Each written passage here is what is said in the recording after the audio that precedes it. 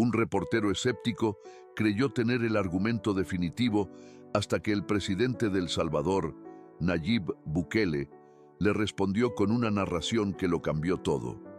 El escenario estaba preparado. Las intensas luces del estudio iluminaban el sofisticado set de Perspectivas Globales, un programa de debate en horario estelar reconocido por sus acaloradas discusiones políticas y culturales. En el centro de la escena estaban Bukele, el enérgico mandatario salvadoreño, con su actitud decidida y semblante imperturbable, y frente a él, Alan Brooks, un periodista con años de trayectoria y fama de ser directo, sin rodeos y feroz en sus interrogantes. Millones de personas observaban. La tensión no solo se sentía en el estudio, sino en toda América Latina. Aunque el evento había sido anunciado como una conversación sobre liderazgo y políticas gubernamentales, todos sabían que evolucionaría en algo mucho más trascendental. Bukele se había consolidado como un líder que no titubeaba al defender sus convicciones y nunca evitaba temas controversiales. Alan, por su parte, tenía una reputación por arrinconar a sus entrevistados, evidenciando lo que él percibía como debilidades en sus posturas. Los primeros 20 minutos transcurrieron dentro de lo previsible: economía, regulaciones estatales, problemáticas sociales. Bukele sorteó las preguntas incisivas con seguridad, respondiendo con precisión y elocuencia. No solo era un dirigente político, sino un comunicador innato, alguien que comprendía cómo conectar con la audiencia dentro y fuera del plató. Fue entonces cuando Alan se inclinó ligeramente en su asiento, entrecerrando los ojos. Un gesto sutil, pero cualquier orador experimentado lo habría identificado de inmediato. Estaba preparando un cambio de dirección en la conversación, algo más profundo, algo personal. La energía en el estudio se transformó. Los productores, camarógrafos e incluso el público pudieron percibir que el debate estaba a punto de tomar un giro inesperado. Presidente Bukele, comenzó Alan con un tono calculado. Usted suele mencionar su fe como un principio rector en su liderazgo. Incluso ha afirmado que la religión influye en la formulación de políticas públicas. Bukele asintió levemente, anticipando la verdadera pregunta. Pero seamos sinceros, prosiguió Alan, inclinándose apenas hacia adelante. La religión, en especial el cristianismo, está en declive. Cada vez más personas dejan de creer en una entidad superior. La ciencia ha proporcionado respuestas que la fe nunca pudo. Sin embargo, usted continúa defendiendo la religión como si fuera una verdad absoluta. ¿Por qué? Un murmullo recorrió la audiencia. Bukele no respondió de inmediato. Permitió que la pregunta flotara en el aire, absorbiendo su peso. Alan no solo estaba cuestionando su espiritualidad personal, sino poniendo en entredicho la relevancia de la fe en la sociedad moderna. El periodista no se detuvo. Le pregunto esto porque millones de personas consideran que la fe no es más que un vestigio del pasado, un obstáculo para el avance en lugar de una herramienta para el progreso. ¿Le parece una evaluación justa o simplemente se rehúsa a aceptar que la religión está perdiendo su lugar en la actualidad? El ambiente se tensó. Algunos espectadores se removieron inquietos en sus asientos. Las cámaras hicieron un zoom in, capturando cada expresión, cada reacción. Alan acababa de arrojar una chispa sobre un terreno seco, y todos aguardaban para ver si Bukele dejaría que ardiera o respondería con algo inesperado. Pero el presidente no se apresuró. Inhaló profundo, inclinó ligeramente la cabeza y dibujó una sutil sonrisa. Sabía exactamente qué decir. Alan se echó hacia atrás, golpeando suavemente su bolígrafo contra la mesa. El público aguardaba. El silencio en el estudio no era incómodo, era electrizante. Finalmente, Bukele habló con una voz serena y decidida. Dices que la fe es un vestigio del pasado, un obstáculo para el progreso. Pero dime algo. Alan hizo una leve pausa y luego inclinó apenas la cabeza. ¿A qué se aferran las personas cuando la ciencia no tiene una respuesta? Alan apretó los labios, pero no interrumpió. Bukele prosiguió. Verás, es sencillo descartar la fe cuando la vida es cómoda. Es fácil desacreditarla cuando todo marcha bien, continuó Bukele. Cuando tienes un empleo estable, cuando tu familia goza de buena salud, cuando el mundo tiene sentido. Hizo una breve pausa, sus ojos fijos en Alan. Pero cuando el suelo desaparece bajo tus pies, cuando tu hijo agoniza en la cama de un hospital, cuando estás de pie frente a un ataúd, cuando los médicos te dicen que no hay nada más que hacer, el estudio permanecía en un mutismo absoluto. Hasta los productores, que solían susurrar tras las cámaras, parecían inmóviles. Alan ajustó levemente su corbata sin apartar la vista de Bukele. Las personas recurren a la fe por desesperación, dijo Alan con tono neutro. Eso no la hace real, solo la hace reconfortante. Como si hubiera anticipado esa respuesta, Bukele no dudó. El consuelo no es una debilidad, Alan. Es parte esencial del ser humano. Y la fe es mucho más que un simple refugio. Es fortaleza, es esperanza, es la convicción de que incluso en las horas más oscuras hay un propósito.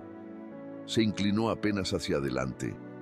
Puedes llamarlo ingenuidad si lo deseas, pero te diré algo. Ha sido lo único que ha impedido que la humanidad se quiebre bajo el peso del sufrimiento durante siglos. Alan exhaló por la nariz, cambiando sutilmente de postura en su asiento. Entonces, según usted, la fe es imprescindible para la supervivencia. Bukele negó con la cabeza.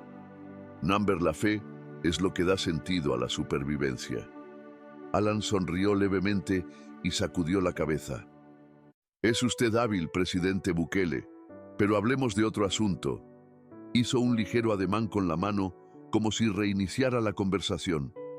Las instituciones religiosas han sido responsables de algunas de las peores atrocidades de la historia. Guerras, opresión, corrupción. Usted habla de la fe como si solo hubiese sido una fuerza de bien. Bukele no titubeó. No voy a negar que se han cometido crímenes en nombre de la religión. Pero seamos justos, Alan. La fe también ha sido el motor de algunos de los actos más nobles de la humanidad. El fin de la esclavitud, los movimientos por los derechos civiles, innumerables hospitales, escuelas y organizaciones benéficas, todos fundados por personas que creían que su fe les exigía ayudar a los demás. No puedes borrar eso solo porque algunos la han manipulado para su propio beneficio. Alan guardó silencio, observándolo. No tenía una respuesta inmediata. Bukele lo notó y aprovechó la oportunidad.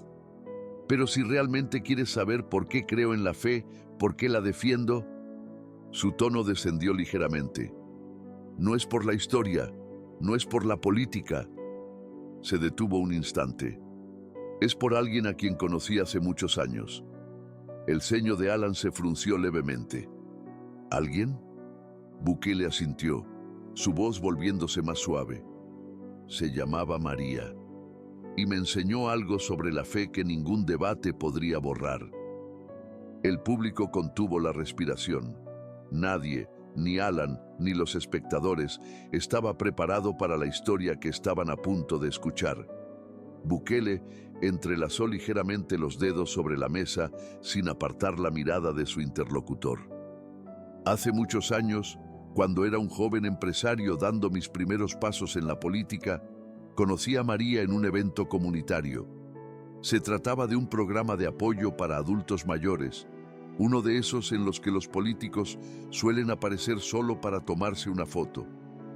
Hizo una breve pausa, su voz descendiendo apenas. Pero yo no estaba allí por eso. Solo estaba cumpliendo con mi labor. Se suponía que debía tomar notas, escuchar educadamente y marcharme. Exhaló lentamente. Pero María, ella me detuvo en seco. María tenía algo especial. No era su fuerza ni su presencia imponente. Al contrario, hablaba con suavidad, con calma, pero cuando lo hacía, la gente escuchaba. Había en ella una fortaleza callada, de esa que solo se obtiene cuando has atravesado pruebas que deberían haberte quebrado. Alan mantenía el rostro neutral, pero sus ojos ya no se desviaban a sus notas. Estaba escuchando. Me contó que había enterrado a 2 hijos. Su voz permaneció firme. Uno falleció por cáncer, el otro, por culpa de un conductor ebrio, perdió a su esposo por un derrame cerebral. No tenía hermanos ni familia cercana. Dejó que esas palabras resonaran en el estudio. Y sin embargo, estaba ahí, frente a mí, sonriendo, tomando té y preguntándome cómo iba mi vida. La voz de Bukele se tensó apenas por un instante. Recuerdo que le pregunté cómo lo hacía, cómo era capaz de soportar tanto dolor y aún así seguir adelante con esa calidez, como si el mundo no hubiera intentado arrebatarle todo. Bukele miró a Alan, pero esta vez no como un rival, sino como un hombre que simplemente compartía algo real. Su respuesta es algo que nunca olvidaré. El presidente tragó saliva antes de continuar. Me dijo, la fe no se trata de pruebas, se trata de lo que te mantiene en pie cuando ya no hay pruebas. Hasta el zumbido de las cámaras pareció desvanecerse. Me contó que cada mañana despertaba y daba gracias a Dios, no porque su vida hubiera sido fácil, no porque el sufrimiento la hubiera perdonado, sino porque aún estaba aquí. Bukele exhaló lentamente. Tenía 22 años cuando la conocí. Creía entender lo que era la fortaleza, pero María me mostró lo que realmente significa, y en ese momento comprendí algo. Hizo una breve pausa. La fe no es algo a lo que la gente se aferra por desesperación, es lo que evita que se derrumben. Las palabras flotaron en el aire. Alan parpadeó, abrió la boca levemente como si fuera a replicar, pero luego la cerró. No encontraba las palabras. El peso de la historia de Bukele se sentía en todo el estudio. Incluso el presentador, normalmente ansioso por mantener el ritmo del programa, permaneció en silencio. Bukele no llenó el vacío, lo dejó estar. Finalmente, Alan aclaró la garganta y se acomodó en su asiento. Es una historia poderosa, admitió, su voz más baja que antes. Pero, ¿no cree que al final es solo eso? Una historia. María encontró algo que le funcionó. Eso no significa que la fe sea una verdad universal. Bukele asintió levemente, como si ya hubiera anticipado esa respuesta. En eso tienes razón, Alan, dijo. La fe no se trata de demostrar algo a los demás. Se trata de lo que las personas han experimentado. Hizo una breve pausa antes de continuar. Y si realmente escuchas, si prestas atención de verdad, escucharás esa historia contada millones de veces, de maneras diferentes. Alan exhaló pesadamente y se frotó el puente de la nariz. Vea, presidente, ese es mi problema con la fe. No se puede medir, se basa en emociones, en experiencias, no se puede cuantificar, y sin embargo, la gente la usa para justificar decisiones que afectan a todos. Bukele inclinó la cabeza apenas un poco. ¿Te refieres a algo como la esperanza? Alan frunció ligeramente el ceño. ¿La esperanza? Sí, la esperanza tampoco se puede medir, no es científica, no puedes probar su existencia de una manera tangible. Dejó que esas palabras se asentaran antes de continuar. Las personas han librado batallas por ella, han superado lo imposible por ella, se aferran a ella incluso cuando la lógica les dice que no deberían. Alan se removió ligeramente en su asiento, pero no lo interrumpió. Bukele lo miró con intensidad. Dime, Alan, si una persona pierde su casa en un terremoto, ¿le dirías que su esperanza no es más que un simple consuelo emocional? ¿Que su creencia en que algo mejor vendrá no es real, solo porque no puedes ponerla bajo un microscopio? El periodista no respondió. Bukele mantuvo su mirada firme. Ese es el punto con la fe. La fe no consiste en controlar a las personas. No se trata de imponer una creencia a nadie. Su voz resonó con serenidad, pero con una convicción inquebrantable. Se trata de cómo la gente encuentra sentido en los momentos más duros de la vida. Alan lo observaba en silencio. Puedes llamarlo irracional, Alan, pero cuando alguien lo pierde todo y aún así se levanta al día siguiente, cuando sigue adelante, cuando encuentra fuerzas en donde ya no quedan, hay algo en eso, algo que no puedes medir, pero que tampoco puedes ignorar. Alan tamborileó los dedos suavemente sobre la mesa. Su postura habitual, afilada y desafiante, parecía haberse suavizado. Ya no estaba debatiendo, estaba reflexionando. El presentador, notando el giro en el ambiente, decidió intervenir. Alan, ¿tienes una respuesta para eso? Alan abrió la boca, pero no habló de inmediato. Miró a la audiencia, como si buscara alguna señal, algún punto de apoyo en la conversación. Pero nadie habló, nadie se movió. Finalmente, su voz carecía del filo de antes. Creo que necesito procesarlo. Un murmullo recorrió el público. No era el contraataque feroz que muchos esperaban. No fue una refutación demoledora ni una victoria absoluta. Fue algo mucho más inusual, un momento de autenticidad. Pero la verdadera reacción, la que sacudiría al país entero, aún estaba por venir. El debate concluyó pocos minutos después, pero la discusión estaba lejos de haber terminado.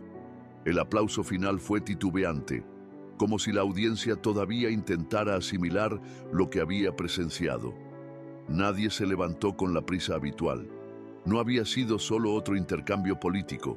Habían sentido algo, y eso no era fácil de ignorar.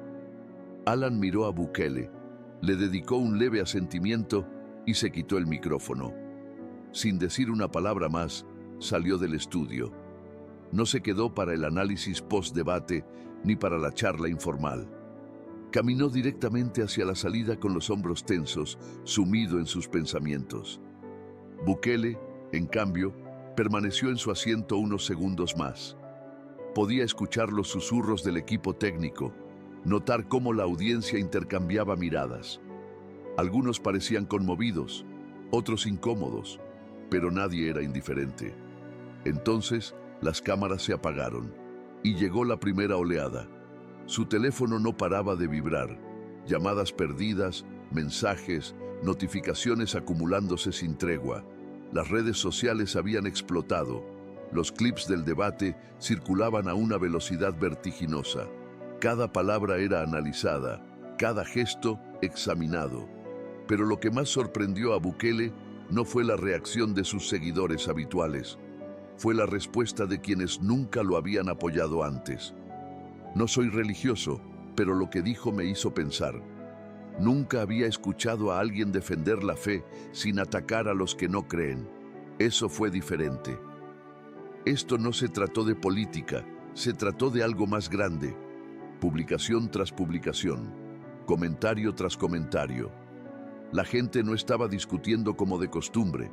Claro, había críticos, el rechazo esperado de quienes descartaban por completo el tema. Pero algo estaba ocurriendo, algo que Bukele no había visto en mucho tiempo. La gente no solo estaba reaccionando, su equipo ya estaba en movimiento, coordinando respuestas para los medios. Los titulares no tardaron en aparecer. Nayib Bukele deja sin palabras a periodista ateo. Un debate inesperado que sacude Latinoamérica. ¿Ha cambiado Bukele la conversación sobre la fe en la política? Incluso los programas de análisis nocturnos, que rara vez hablaban de él sin ridiculizarlo, lo estaban discutiendo con seriedad. Pero lo más sorprendente fue Alan. No dijo nada en toda la noche, ni un tuit, ni una entrevista, ni un comentario de seguimiento. Él, que siempre era el primero en tomar el control de la narrativa, permaneció en absoluto silencio. Hasta la mañana siguiente, a las 8:37 a.m., finalmente rompió su silencio con un solo mensaje. He estado en el periodismo por más de 30 años. Anoche fue la primera vez que salí de una entrevista con más preguntas que respuestas. Eso fue todo, sin declaraciones grandilocuentes, sin intentos de control de daños, solo honestidad. Y con eso bastó para desatar una nueva ola de reacciones. Pero el verdadero impacto de lo ocurrido no se haría evidente hasta días después. Lo que comenzó como un debate político convencional se había convertido en algo mucho más profundo. Ya no era solo sobre Bukele o Alan. Se trataba de algo que muchas personas habían evitado admitir durante años. La gente estaba buscando algo más. Las redes sociales estaban saturadas con el tema. Era imposible navegar por Internet sin encontrar el debate analizado desde todos los ángulos. Podcasters, columnistas y comentaristas dieron su opinión. Algunos lo llamaron un punto de inflexión para la fe en el discurso público. Otros lo vieron como una llamada de atención. Pero las reacciones más inesperadas llegaron de los lugares menos probables. Un comediante, conocido por burlarse de la religión, confesó en su podcast: «Miren, sigo sin creer en Dios, pero ese hombre me hizo desear creer, y eso ya dice bastante». Un renombrado científico tuiteó: «La fe y la ciencia no tienen por qué ser opuestas. Anoche recordé por qué tantas personas siguen aferrándose a la creencia, incluso en medio de la incertidumbre». Pero luego vinieron los correos electrónicos. El buzón de Bukele siempre había estado lleno. Mensajes de simpatizantes, críticas, solicitudes políticas. Pero ahora llegaban de personas que no encajaban en ninguna de esas categorías. Uno en particular llamó su atención. Era de una mujer llamada Rebeca. «No he pisado una iglesia en 20 años.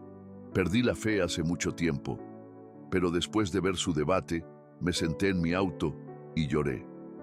No porque de repente haya encontrado a Dios ni nada dramático, sino porque me di cuenta de algo. Extrañaba creer en algo más grande que yo misma. Ni siquiera sabía cuánto. Hasta anoche. Gracias por hacerme pensar». Bukele leyó el mensaje 2 veces, luego una tercera. Había pasado su carrera política defendiendo políticas, debatiendo leyes. Pero esto era diferente. Esto no se trataba de ganar un argumento, no se trataba de sumar votos, no se podía medir en encuestas ni en victorias políticas. Se trataba de una conversación que la gente había tenido miedo de iniciar. Y Rebeca no fue la única. En las semanas siguientes llegaron más historias. Personas compartiendo sus propias Marías, sus abuelas, sus vecinos. El desconocido en la sala de espera de un hospital que les había susurrado palabras de fe cuando más lo necesitaban. Esto no era sobre demostrar quién tenía razón y quién estaba equivocado. No era sobre conversiones ni triunfos ideológicos. Era sobre recordar que la fe, ya sea en Dios, en la humanidad o en algo aún incomprendido, no es debilidad. Es lo que ha sostenido a las personas cuando todo lo demás ha fallado. Y esa revelación es algo que ningún debate podrá borrar jamás. A medida que el eco del debate se iba apagando, una cosa quedaba clara. Esto no había sido solo otro momento político. No era algo que se olvidaría con el siguiente ciclo de noticias. No sería enterrado en el ruido interminable de las redes sociales.